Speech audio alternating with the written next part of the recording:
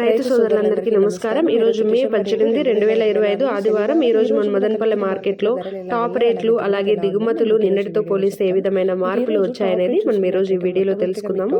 నిన్నటితో పోలిస్తే కేవలం టాప్ ధర మాత్రమే మార్పు అయితే రావడం జరిగింది. దిగుమతుల్లో కానీ ఫస్ట్ గ్రేడ్ సెకండ్ గ్రేడ్ కాయల్లో కానీ ఎటువంటి మార్పు అయితే రాలేదు. టాప్ రేట్ చూసుకున్నట్టయితే 230 రూపాయలుగా ఉంది. నిన్నటితో పోలిస్తే 20 రూపాయలు అయితే పెరగడం జరిగింది.